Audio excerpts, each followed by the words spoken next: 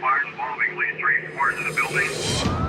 It's the 1980s, and California is burning. There'd be 2 or 3 fires on the same day in same general area. From Fresno to Los Angeles, a wall of fire. We are at scene with 2 4-man engines. Every fire deliberately set, but who's responsible? I felt like it took somebody bold, somebody that knew how to do it. We don't know if it's a man. We don't know if it's a woman. We don't know if it's a number of people. We don't know if it's kids. Whoever it is getting more dangerous with every fire. We know that he may deteriorate even more and start murdering. October 10th, 1984, a date seared into Southern California's memory. 3 fires within hours of each other. The worst at a home improvement store called Ole's. By the time firefighters get there, it's out of control. There would be a wall of flame 40 feet tall coming at them like an ocean wave. And that thing moved faster than they could run. It was difficult for all of us, knowing that, you know, there's a good potential that someone has died in this fire. By midnight, more than 100 firefighters finally get the blaze put out. But 4 people are dead. Investigators rule the Ole's fire an accident, the result of faulty wiring. But not everyone agrees. A lot of us had bad tastes about the Ole's fire, how it was investigated, because we felt it was bungled, and we always thought that that could have been better investigated. The most outspoken critic is John Orr, a widely respected local arson investigator. Orr was on the scene the night of the fire. You need to get on your knees to search layer by layer to investigate a fire properly, and this was not being done. John said what the initial investigation revealed was incorrect, that they missed the fact that it was polyurethane foam that was involved. Polyurethane foam, commonly known as foam rubber, is extremely flammable. It spreads flame just like gasoline, and Ole's stocked a lot of it. It looks like it shot up straight here with a slight wind flow this way. And he kept trying to pull people back over into that particular area at the time of the investigation, but nobody would listen to him. You know, it's funny because this is pretty burned here. There's paper there, there's paper there, there's paper there. It looks like it's once again, it's down in this area here. If they had, maybe they would have realized this was arson. But what kind of monster would deliberately set fire to a store while people were still inside? It takes a very brazen arsonist to enter a business with his device and place it in merchandise and then walk out and not get caught. Just days later, another fire involving foam rubber at an LA home center. 3 months after that, a second Ole's is hit. This time, investigators find the remains of a fire-starting device made of a cigarette, matches, and a rubber band, and a stack of polyfoam that didn't quite catch fire. It's solid proof that someone is setting these fires. But before they can use the clue to track a suspect, they're facing a new threat. Someone's torching carports. Ready for water! Water! We believe the carport fires were definitely connected, so, you know, we want to look at every potential suspect. Investigators begin a massive search for the fire starter. They start by considering the usual suspects. We were thinking that it was possibly a gang, and that was part of their initiation, was that they were acting violence against innocent victims. But the gang theory goes nowhere. No suspects, no evidence. Then investigators get what they hope is a major break. One of the residents stated that she saw what appeared to be a undercover police car, a blue sedan. A car like that would be a perfect cover for someone setting fires. And we were looking at used police cars that had been auctioned off. 2 cities had light blue police cars, so we had just a limited amount of these cars that were out there. Soon, a possible suspect turns up. A man who'd purchased a former cop car. From that, we ran the warrants on the individual that was registered. We did surveillance on him numerous times, and I felt that we were really onto something. Investigators put in more than 100 hours tracking him. Though he has a minor criminal background, he does nothing illegal while under surveillance. In the end, it's a waste of time. He has a firm alibi and is eliminated as a suspect. It was very disappointing because we were going nowhere fast. Who's behind this rash of destructive and deadly fires? No one knows. But investigators are certain of one thing. Arsonists rarely stop until they're caught, and this one's on a spree.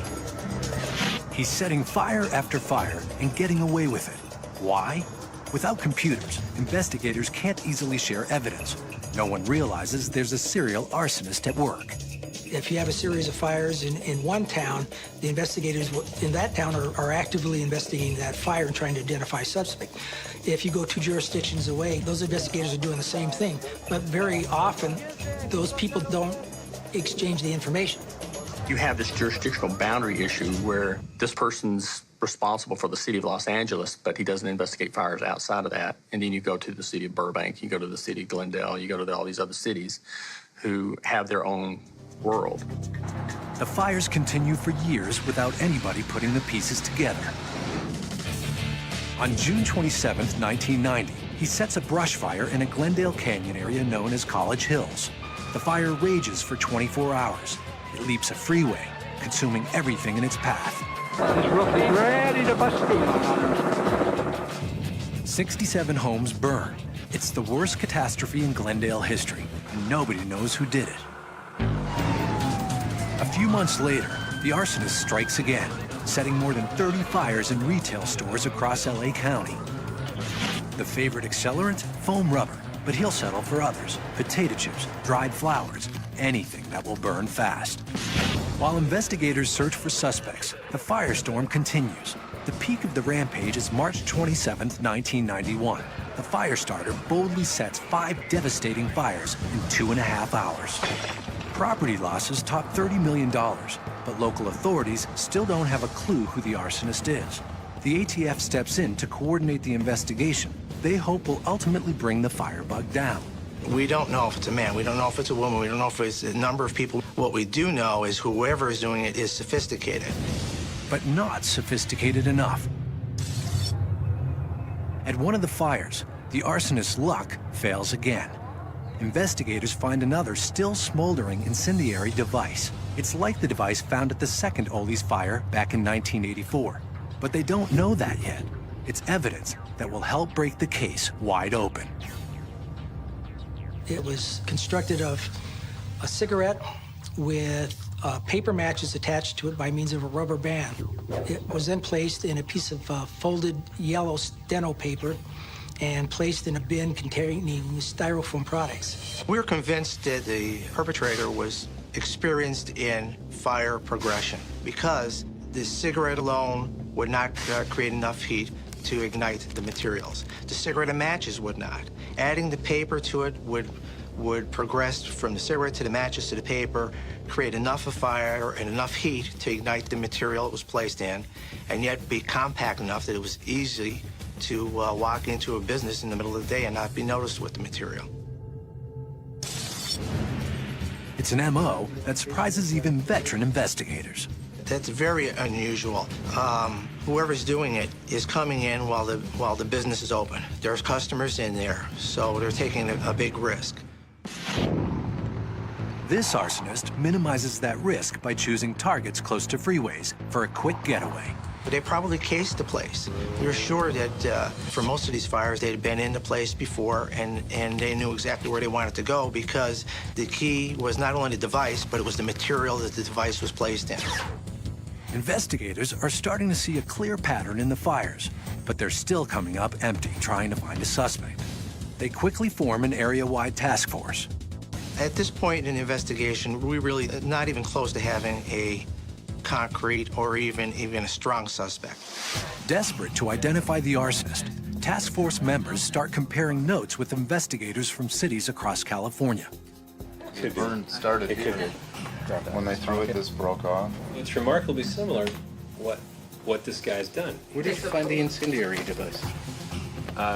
In the pillow.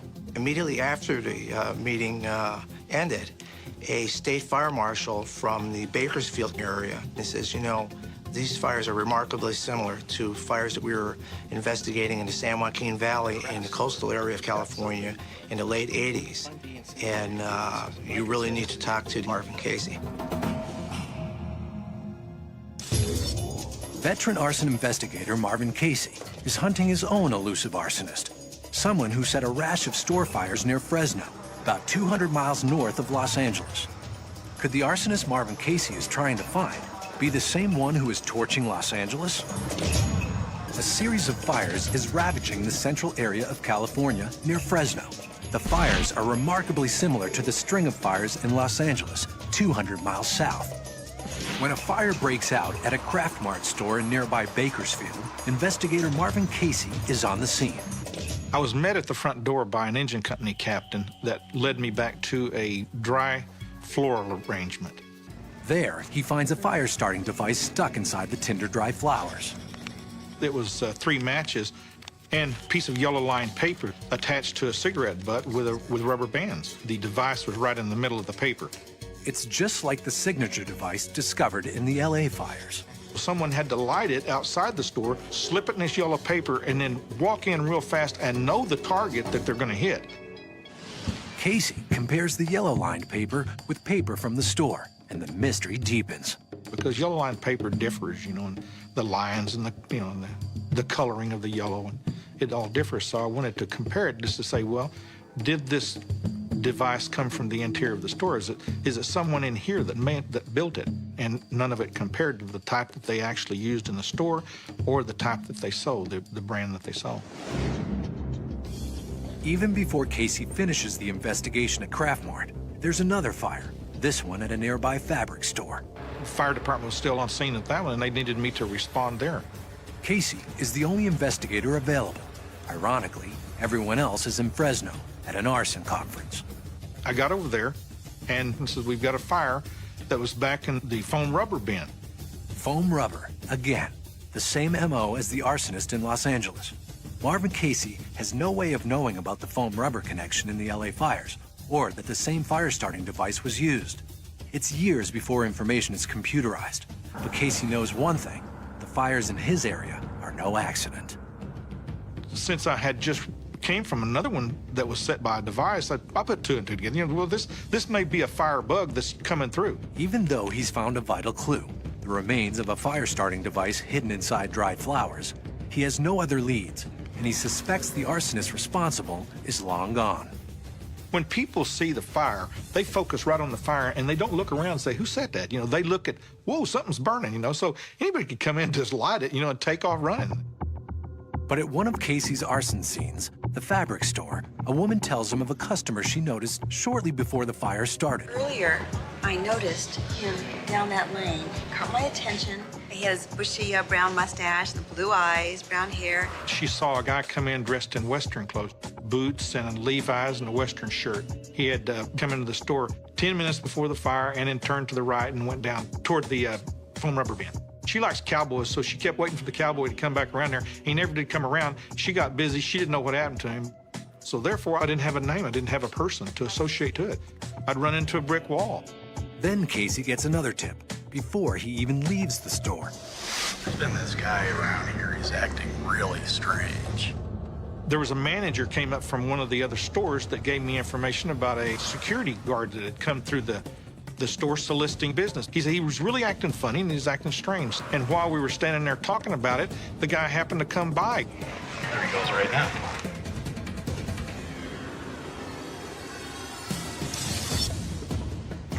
The reason I brought you in today, I just wanted to ask you a few questions. Casey brings the security guard in for questioning. Why were you at this store? I was just there looking for some work because a couple of friends of mine said there was a good place around the building to just hand out my resume. In interviewing people, you just some reason you just know, this guy came across really innocent, really honest, and I really felt like he was trying to solicit business. All right, good luck. Casey is running out of leads. He has only one piece of evidence left: a dark smudge on the fire-starting device found at the Craft Mart store. I thought I had a fingerprint on the cigarette butt, so I sent it away to the lab. And when it came back, there wasn't a print on the cigarette butt. They said that wasn't a print, that was something else. But hey, We do have a print, though. The print was on the yellow line paper. I said, you gotta be kidding me. This looks like the key to finally putting a name to the suspect. Casey sends the print to the state automated system with high hopes. It was really in the early stages back in the late 80s in California, and they came back with no match, which could mean that the suspect was never arrested before, or was never arrested in California because they're limited to the state of California. No closer to identifying a suspect, Casey does more digging. He comes up with a disturbing theory. The arsonist might be one of their own. This would take somebody very, very bold, somebody that knew the problem, somebody that knew how to do it, and what more person that knows how to do it, you know, than a fire investigator or a firefighter. Will Casey's theory be true? Could his arsonist be the most unusual suspect of all? A series of fires in Central California has arson investigator Marvin Casey on the hunt for a suspect. But the evidence begins to point to someone who knows fires, how to set them, and where to set them. No one knows that better than firefighters. It's a troubling theory, but maybe not so far-fetched. At the very moment the latest fire spree starts, more than 200 arson specialists are in town at a conference. The question has to be asked, could the arsonist be one of them? There was too much coincidence. The proximity of it and the time frame of the convention. He calls all the local investigators together. I shared with them my theory. I see a pattern developing, and they were all at the conference. There was 3 fires in your area at the same time the convention was going on, and so could this possibly be a firefighter or an investigator attending the conference? And they said, oh, we wouldn't want to think that. Casey doesn't want to believe it either. The theory of firemen setting fires is unpopular, but I think that it had to be eliminated. And that was what I was going to do. But Casey can't eliminate it. The theory won't leave him alone. Casey goes back over what he knows. The first 3 fires started in Fresno during the arson conference. After the conference, they were followed by 4 more on a path headed directly south. The guy had to live south of Bakersfield, and he attended the conference. Reluctantly, he makes a list of possible suspects. To make Casey's list, the arsonist also had to be traveling alone. Arson's a very secretive crime, and I don't think that they would share it with someone else. It's a loner crime. Who matched Casey's criteria? 242 people attended the conference. I picked up 55 names. That was a lot of names. Every possible suspect on his list is a major name in firefighting circles. Casey wants to check his best evidence, the fingerprint found on the fire-starting device at the Craft Mart store, against that list. He goes back over to his contact at the fingerprint database. I put together about 55 names, and he said, well, you know, Marvin, that's just a little too many, you know, for us to work and try to get fingerprint cards from all the different agencies that these guys work for. I said, well, okay, I understand that. Fingerprints weren't on computers in those days, so these would have to be done all manually. And so then, at that point, it just got put on the back burner.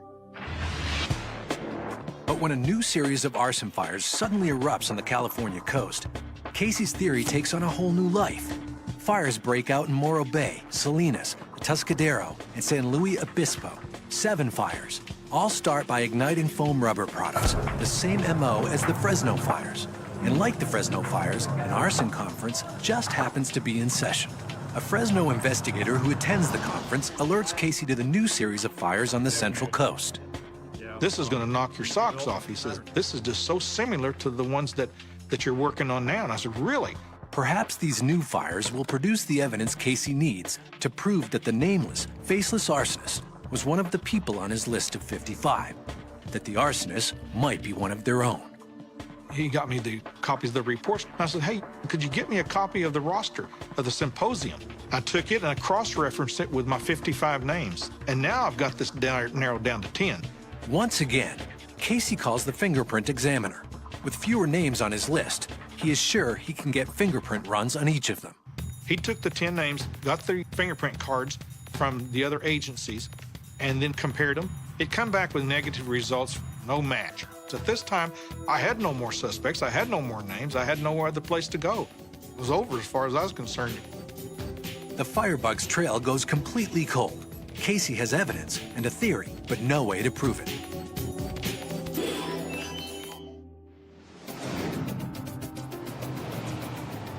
4 years go by.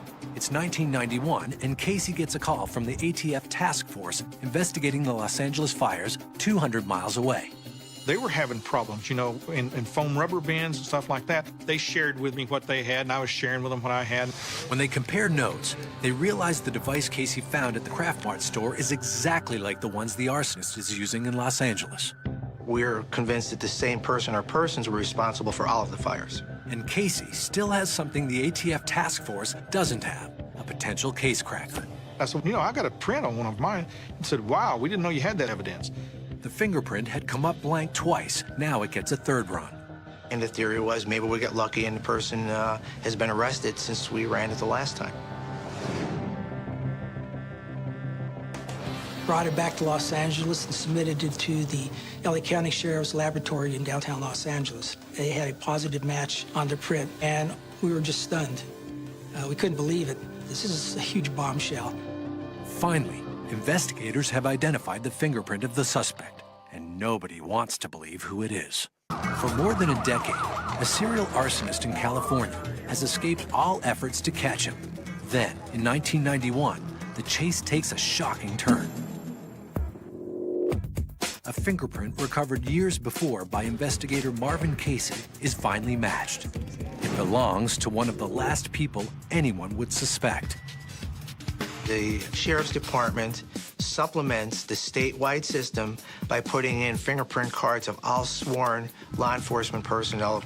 A couple days later, we get a phone call from the Sheriff's Department, and they say, we got a print. I said, you do?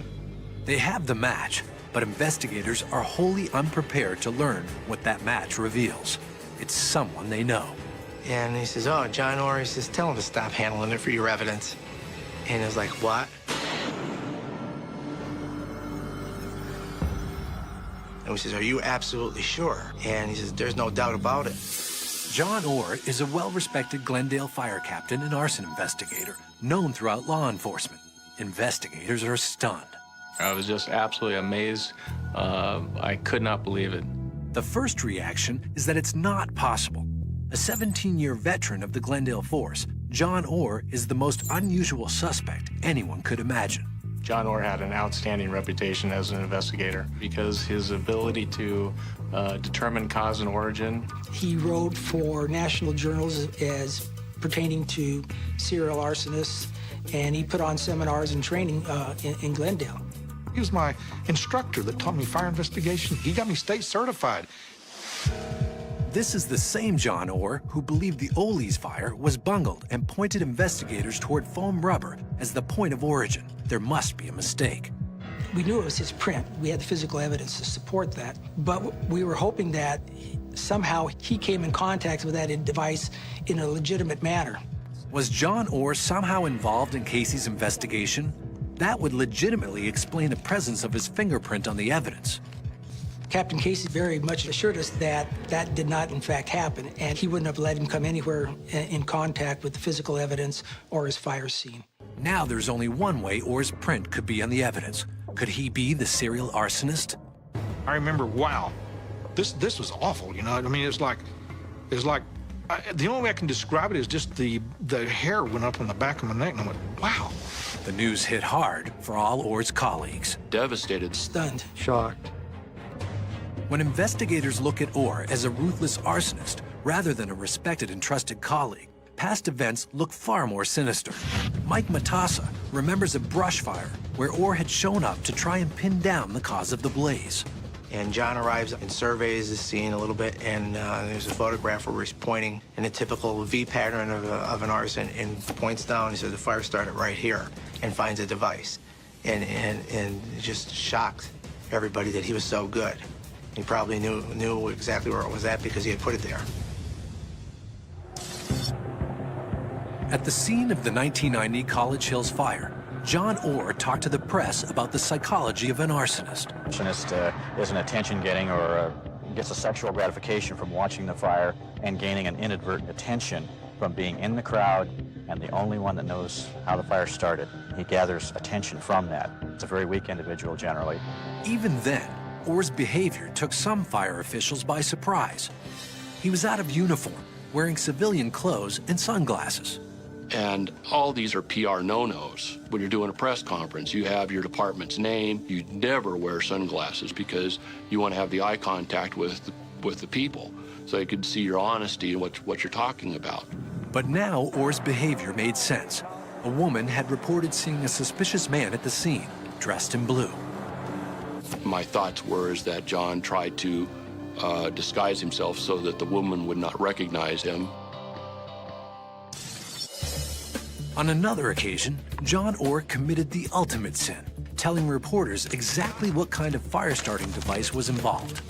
The reason why we never described a device is that if that device is used later on another fire, we can tie them together and say, this is the device that's used on all these incidents. But once he announced what the device was, anybody can make it, and you've got a copycat, and you can never tie them together, and somebody's got a defense. New explanations for old mysteries continue to surface. So he came in, you know, he was wearing that beautiful cowboy western shirt. Cute guy, and you know. Like the cowboy a female witness reported seeing during the 1987 Bakersfield fire. Suspect John Orr fit the description. She probably did see John come in the store, you know, since he did kind of dress Western with Levi's and boots and stuff. So she did make a good witness. Then there was the light blue undercover police car. A witness reported seeing it during the carport fires. Investigators could never track it down. Now that they understand who, they understand why.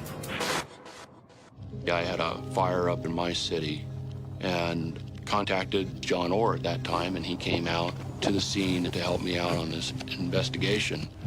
And I noticed that when he pulled up, his vehicle was recently painted, but it didn't dawn on me that his car used to be light blue.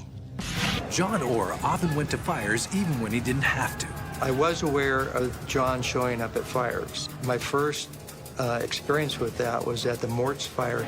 On my arrival, John was there videotaping the fire. But the peculiar thing about that was that John was there, according to the videotape, prior to the arrival of the fire department. Every time a fire occurred, there was no phone activity from his office. He was never in court. He was never on vacation. Oftentimes, he would be listed with dispatches in the field at an undisclosed location. So he was unaccounted for. This was a person that a fire would happen, even out of his jurisdiction, and all of a sudden, the fire chief would turn around, and there's John Orr. And he didn't even work in his department or anything else, but he'd give this excuse that, you know, I have to be in the neighborhood, or I heard it on the radio, or I heard it on the scanner. It looked like Orr was playing cat and mouse, setting fires right under the noses of the other arson investigators. They'd be on surveillance, and John's on the radio with them, and they say, okay, it looks like we're clear here, let's move over here, and as soon as they go over here, a fire break out here. I believe John Orr has a large ego in that it was all about, I'm smarter than you. I know how it started, you don't, you can't figure it out. Or may even have been bold enough to tip his own hand. In early 1988, I attended a training seminar, and John Orr was the instructor.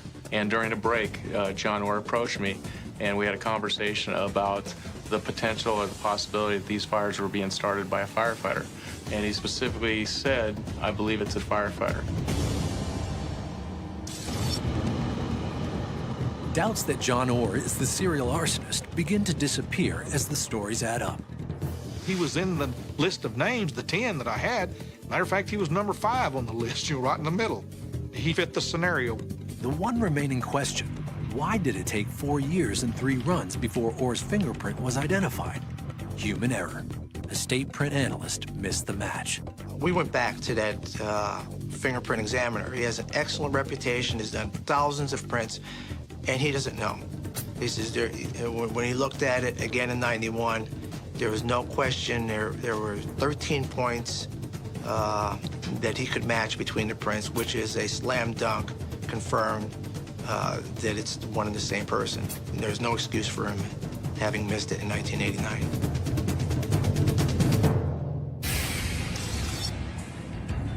But there's no longer any chance of error. John Orr is their man. Now they have to stop him. A person like John Orr is extraordinarily dangerous to society because a large percentage of known convicted serial murderers were arsonists, and is just stepping it up. Or he may deteriorate even more and start murdering people. But the problem for investigators is that the fingerprint evidence connects him only to the device found at the Kraft Mart store fire in Bakersfield.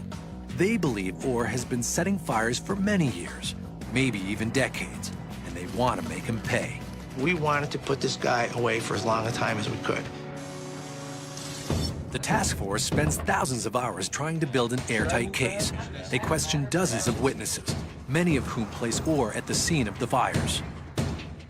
I do, Felipe. Can I have the 150s for $1.50, please? A surveillance team catches Orr, a non-smoker, buying cigarettes, a key part of a typical incendiary device. As investigators connect more and more clues, another arson fire, known as the Kennington Fire, burns a hillside home to the ground. Investigators are convinced it's the work of John Orr, and they have to take him off the streets immediately. On December 4th, 1991, he's arrested. John Orr remembers the day. It was one of those moments where it's an out-of-body experience. You know, I cannot possibly be here. This cannot possibly be happening. In his car, he's got cigarettes, matches, and rubber bands, and a pad of yellow-lined paper, just like the paper where his fingerprint first appeared. He denies everything. When asked about the components, he indicated that they were training devices. He's a training officer, and he's, he likes to keep those handy for putting on various training seminars. In Orr's office, they find his personal video collection. What's on them? What else?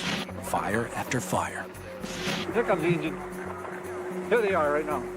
Most of these serial arsonists, and John Orr is no exception, they have trophies, actually videotaping responding fire trucks. All trophies, if you will, that he can take and remember his past and experiences. So he still relives this in his mind. This house 2 doors down from us. Them engines down here, they're still coming up here.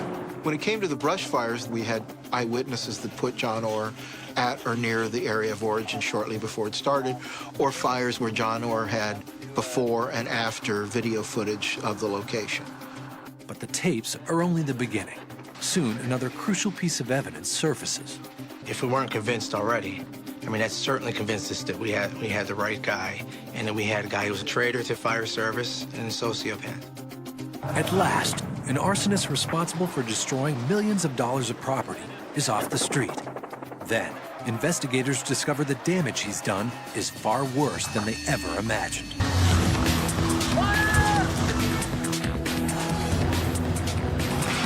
In December 1991, investigators arrest a man who may be the most prolific arsonist in American history. Even more shocking, he's one of their own, a well-known arson investigator, John Orr. He's probably set over 1,000 fires. Probably in excess of 2,000 fires. Maybe he was involved in 3,000 fires over a 10-year period of time.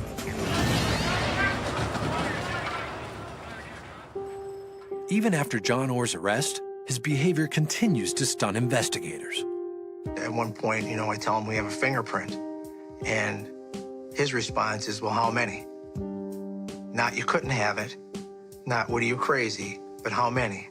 Not the usual type of response that you would get from a person arrested for a crime. First thing I'd say is, I'm innocent. I mean, you got the wrong guy. And it's clearly a case of he was using it as a session for him to determine how much evidence we had. With the fingerprint from the Bakersfield fire, witness IDs, and the consistent MO, the case against Orr is already strong. Then, investigators discover an explosive new piece of evidence. We had learned from his supervisor with the Glendale Fire Department that he had written a book. He had actually had a secretary prepare a letter where he was going to submit it to a publisher for review.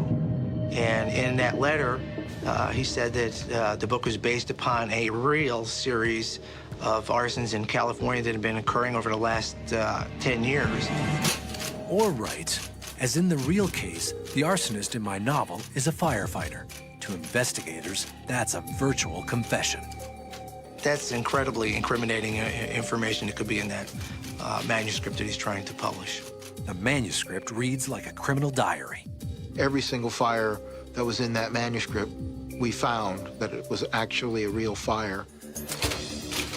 There's some information in the book that clearly came from someone who had inside knowledge, meaning I'm convinced that he was there watching these fires occur. And in his manuscript, he talked about doing things to distract people as he walked out, like pulling his wallet out of his pocket and looking into his wallet as if he had forgotten his money to sort of distract people so they wouldn't figure it was some guy who had forgotten his money and went back out to the car. And as he liked to say, you know, they remembered the person who was there at the time the fire erupted, not the person who was there 10 minutes before. The book becomes Orr's ultimate undoing. In it, there's a home center fire, a blaze that mirrors the first deadly Ole's fire point by point, right down to the very names he chose. In fact, one of the fire victims at Ole's was a 2.5-year-old boy, and his name was Matthew.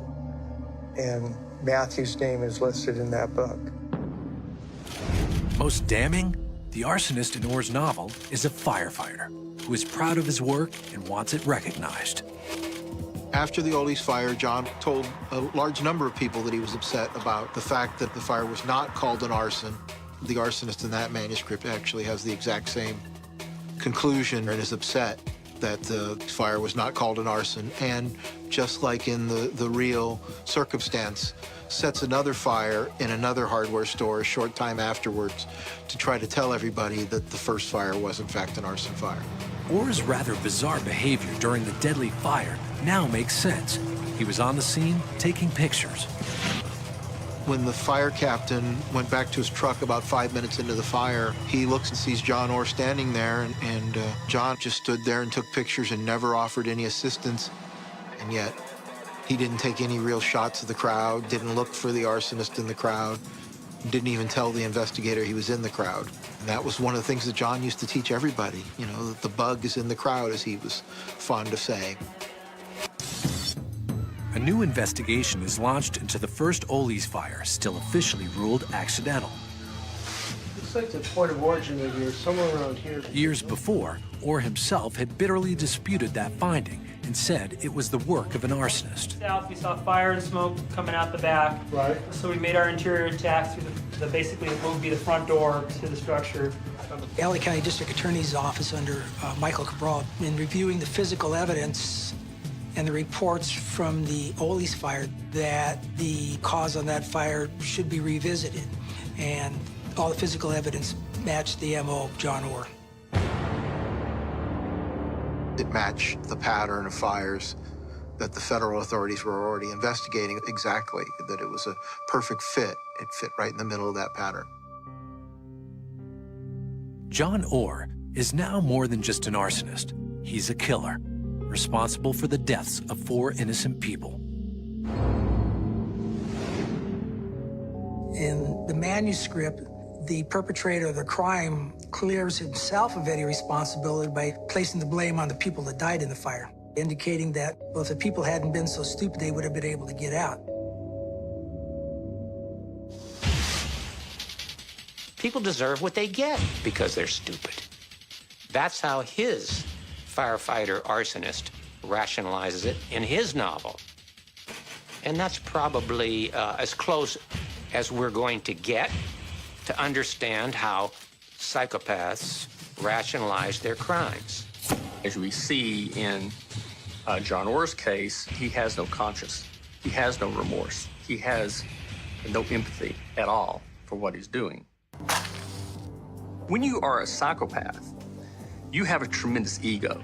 You hold yourself in higher regard than other people. I did nothing wrong in writing that manuscript. There's nothing incriminating about it. It's simply a story that I wrote as a novice writer. It's not a journal of my fire-setting activities. John never thought he would ever be caught at setting these fires, you know. He was too good at it, he thought. As a matter of fact, he even wrote in the letter to the publisher, you know, he will never be caught. But he was caught. He was caught. Yes, indeed. He was caught. John Orr's death count may not end with the 4 victims at Ole's. In his book, he writes of another fire where 2 more people lost their lives. I didn't find that he had much of imagination in his manuscript, so I truly believe that there are 2 other fire deaths related to John Orr out there somewhere. And maybe one day we'll be able to find it and reconstruct it. In 2 separate trials, John Orr is sentenced to 30 years for setting numerous fires. Then, on Friday, June 26, 1998, he's convicted on 4 counts of murder in the Ole's fire. John Orr is sentenced to life in prison without the possibility of parole. In an interview from prison, Orr says he now believes the Ole's fire was not arson at all. I believe that fire was probably accidental, most likely. He insists he was framed by overzealous investigators. Because I had a manuscript outlining a serial arsonist case, they looked closer at it, and it snowballed from there. And the fingerprint? It's not my fingerprint. I know it's not my fingerprint. And it wasn't until the federal investigators got a hold of my manuscript and drew some extra enhancements on the fingerprint and fed it into a computer that they actually got the match that they wanted. Still, he unequivocally maintains his innocence. I am not a serial arsonist.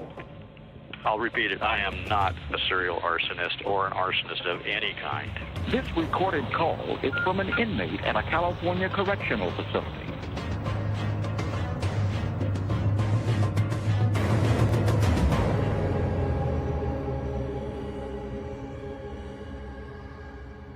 My name is Arjun Mehta, born in the crowded heart of Old Delhi, in a lane where politics lived in the air as thick as the dust.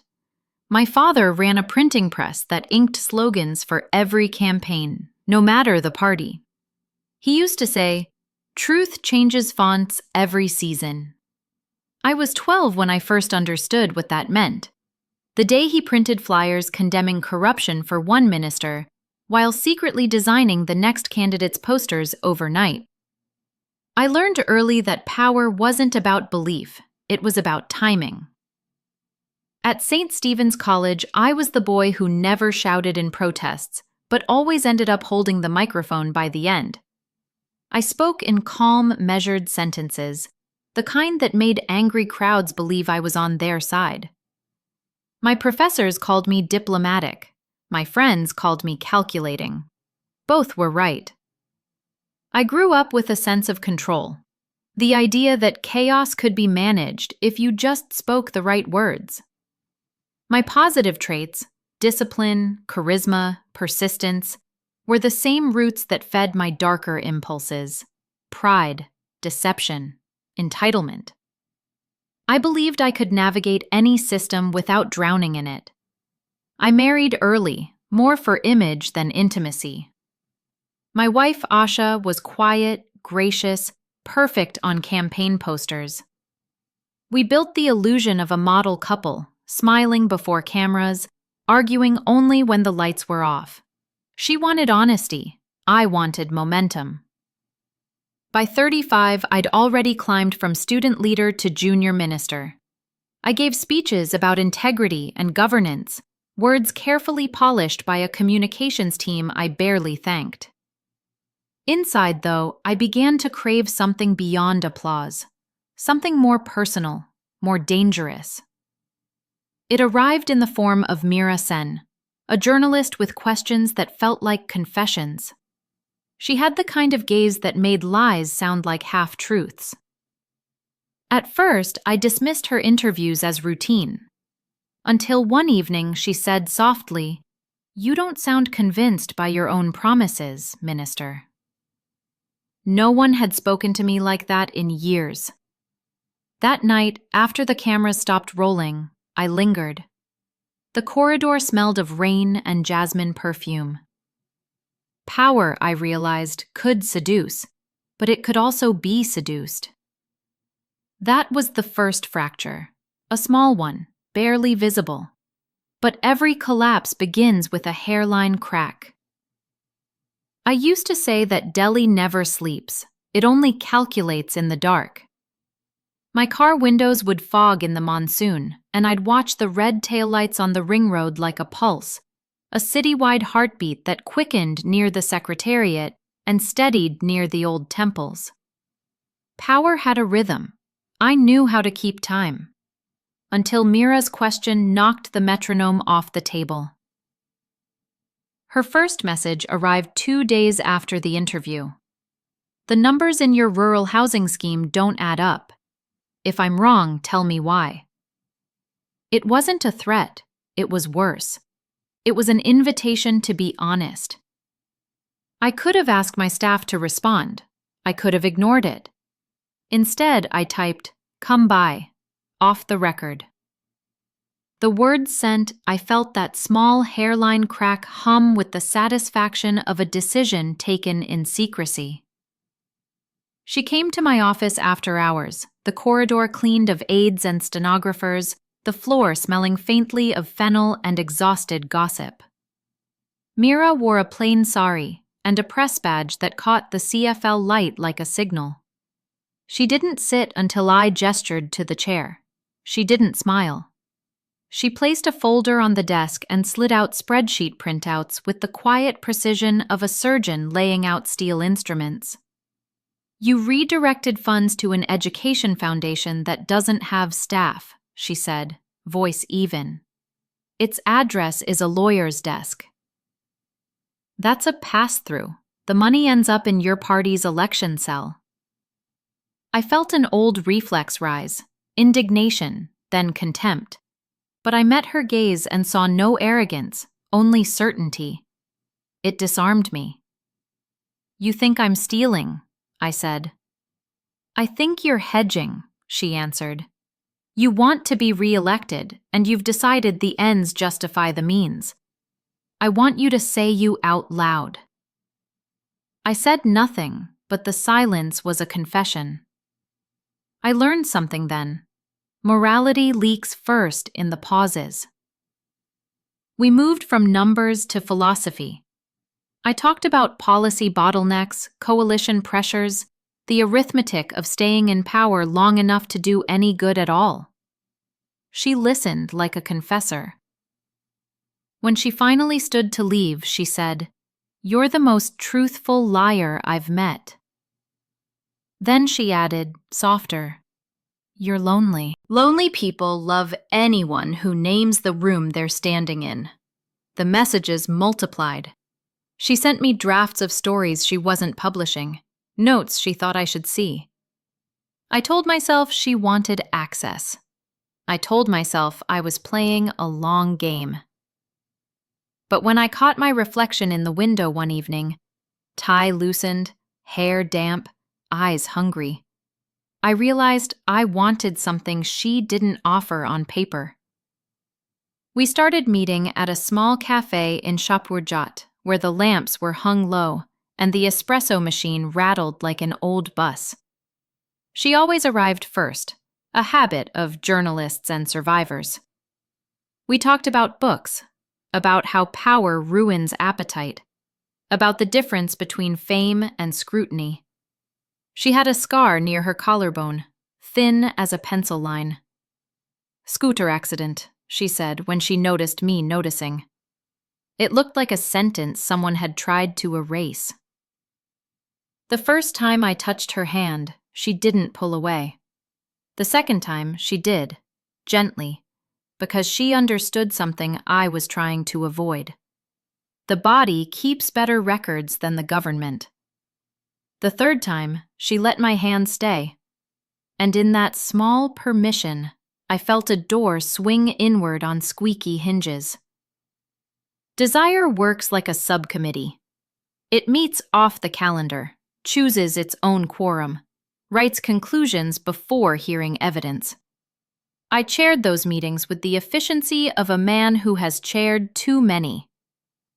At home, Asha noticed my soft absences, the smile that didn't climb to the eyes, the way I entered a room as if crossing a border. She said, "You're slipping, Arjun." I told her the budget was consuming me. It was true, but not the way she thought. Mira wanted proof of sincerity. I gave her policy memos, early drafts of speeches, statistics I claimed were already public. She treated them as gifts and tested them with fire. When she burned the weak ones, I felt strangely relieved. When she praised something, I felt seen. Validation is a drug denied to men who pretend they don't need it.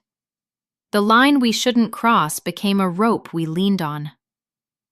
One evening, after a rally in Lajpat Nagar where I promised clean governance to people who needed more than promises, I arrived at the apartment Mira sometimes rented for interviews that couldn't be overheard.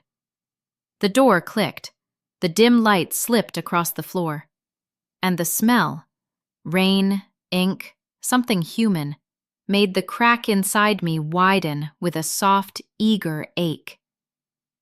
"I'm not here as a journalist," she said, closing the door. "And you're not here as a minister." We kissed with the careful intensity of two people who suspect they're writing a preface to a long, painful book. Afterwards, she lay on her back and stared at the ceiling fan. "This will destroy you," she whispered.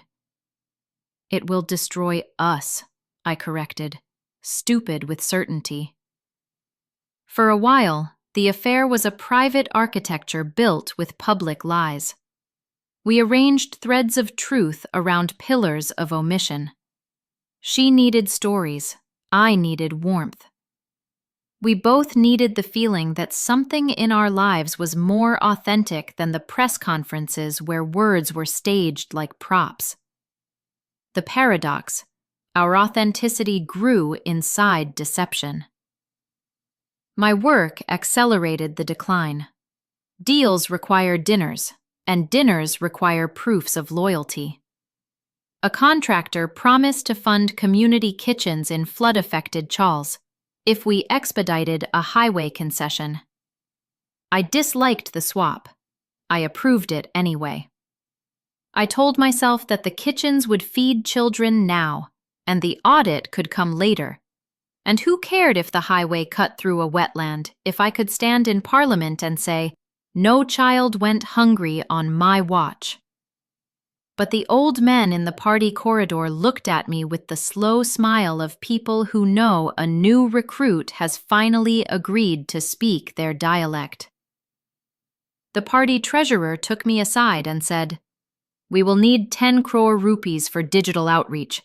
Legal if it can be, clever if it must." He meant hide the river under the city. I called an acquaintance who ran a charitable trust. I called a real estate developer who owed me gratitude. I signed papers I pretended not to understand. I learned that the hand trembles less with each signature. Mira asked sharper questions now, not for publication, but for me. "You're moving money through the trust," she said one night. "Tell me the path." Not the slogans, the path. I opened my notebook and drew arrows, because drawing feels like honesty, even when it isn't. "The foundation receives CSR donations," I said. "It partners with a skill program. Some of that budget is subcontracted to a tech vendor. The party roots." I paused. "The vendor is a friend." "Is he a competent friend?" she asked. "He is an available friend," I said. She exhaled, and I could hear the story assembling itself inside her. Names, dates, the human hinge on which it would turn. "You can still step back," she said. "You can give it all up." "You want me to be a cautionary tale," I said, smiling, because I couldn't bear the thought of being small again. A boy in a print shop watching slogans change fonts. "I want you to be a good man," she said without smiling. It's not a demotion. I didn't sleep that night. I lay awake and listened to the silence of a city too tired to remember its saints. I tried to imagine resigning. The fantasy lasted 3 minutes. I saw the faces of my staff, their salaries, their hopes hitched to my progress. I saw the vultures circling, colleagues who would turn my moral clarity into a vacancy. Goodness felt like abdication. That was the lie I loved most because it wore the mask of responsibility. A week later, a polling agency delivered numbers that flashed green across my desk. Safe seat. The media bank called. They could guarantee favorable coverage if we placed ads through a particular consortium. Everyone does it, my media advisor said. I nodded. Everyone also dies. We still pretend immortality until the breath stops. Mira and I began to speak in languages we didn't fully understand, half love, half indictment. She recorded some of our conversations with my consent, the way you record a sunrise you know you'll doubt later. For my notes, she said, for my memory. I believed her because I wanted to be remembered. Once, after an argument about a whistleblower I'd quietly transferred to a distant district, Mira pushed her hair behind her ear and said, "If I ever have to print the truth, I will." It was not a warning, not yet. It was a prayer to a deity I was teaching her to betray. I justified the affair the way I justified the laundering, by measuring outcomes. Under my watch, a sanitation project actually reached the houses printed on the plan. A dialysis ward opened ahead of schedule. 2 schools got electricity before exam season. My speeches became smoother, my eyes more tired. Every achievement felt like a bandage I placed over a wound no one could see under the shirt. The problem with bandages is what grows beneath them in the dark. Meanwhile, my party rival, Jane, a patient man who had survived 3 leaders and archived 15 grudges, began to drop hints at press briefings. "Our minister is passionate," he said, letting the word do its slippery work. "He works long hours." He smiled at the cameras like a man tasting a new spice. I pulled back from Mira. I said, "We must be careful." She nodded, eyes darker than before. "Careful with whom?" she asked. "The cameras or each other?" I didn't answer. When you balance 2 truths, gravity picks one for you. We started meeting in safer places, government guest houses where the registers were edited, a friend's flat where the watchman was paid to unsee. Every precaution made the thing feel more official, and therefore more tragic. I began to fear the day I would be asked to pay the full price of the comfort I had borrowed. It came sooner than I expected. A PAC query arrived in my inbox about the foundation transfers. "Routine," my secretary said. "We can manage." We could manage everything, apparently, except the fact that Mira's messages had grown less tender and more precise. "Are you blackmailing me with what I told you?" I wrote impulsively one night, ashamed the second the words left me. "I don't need leverage," she replied. "I have the truth." I stared at the phone until the screen went black, and in the reflection, I saw a man who had learned to fear unadorned nouns. 2 days later, she sent an audio clip. My voice from a week ago saying, "If the party falls, the files fall too." I'm not a saint, Mira. I chose the mud to keep the chair. Hearing my confession outside my mouth frightened me in a way no inquiry had. The room felt smaller. My breath felt borrowed. I typed, "Delete that." "Why?" she replied. "It's yours." I called. She declined. I called again. She answered on the third ring and said, "You taught me that power is a language. I'm just speaking it back to you." "You can't," I said, voice low. "You can't publish it. You'll destroy me." "I might save you," she said, "or I might save myself. I haven't decided." That's when the idea wrapped itself around my panic like a vine. Control the leak by controlling the source. I hated the shape of the thought, but I didn't push it away. I began to assemble options. A transfer order to a hostile bureau. A leaked rumor about her past sources to corrode her credibility. A late-night visit to suggest, quietly, that the affair itself could be, what was the word? Misunderstood. When I finally met her, roof terrace, sky the color of burnt sugar, I tried reason first. "If this becomes public," I said, "they will not paint you as a truth teller. They will call you names that don't wash off." "I've been called worse," she said. "I can protect you," I offered, hating myself for the sincerity that trembled in it. "I don't need your protection," she replied. "I needed your honesty."